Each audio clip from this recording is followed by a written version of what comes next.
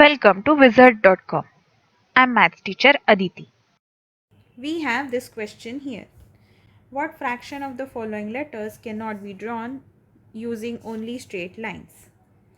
Now, total letters that are given are 1, 2, 3, 4, 5, 6, 7, 8, 9, 10.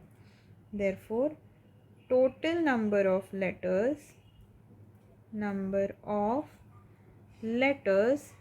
given is 10.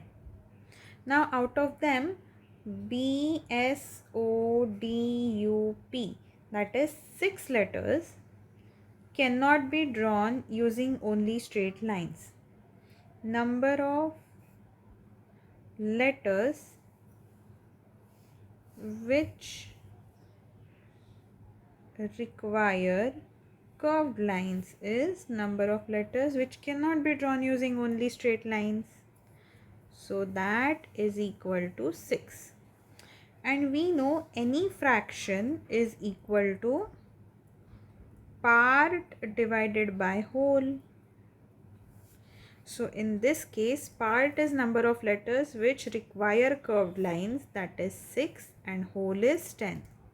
So required fraction is 6 by 10. Answer is option C.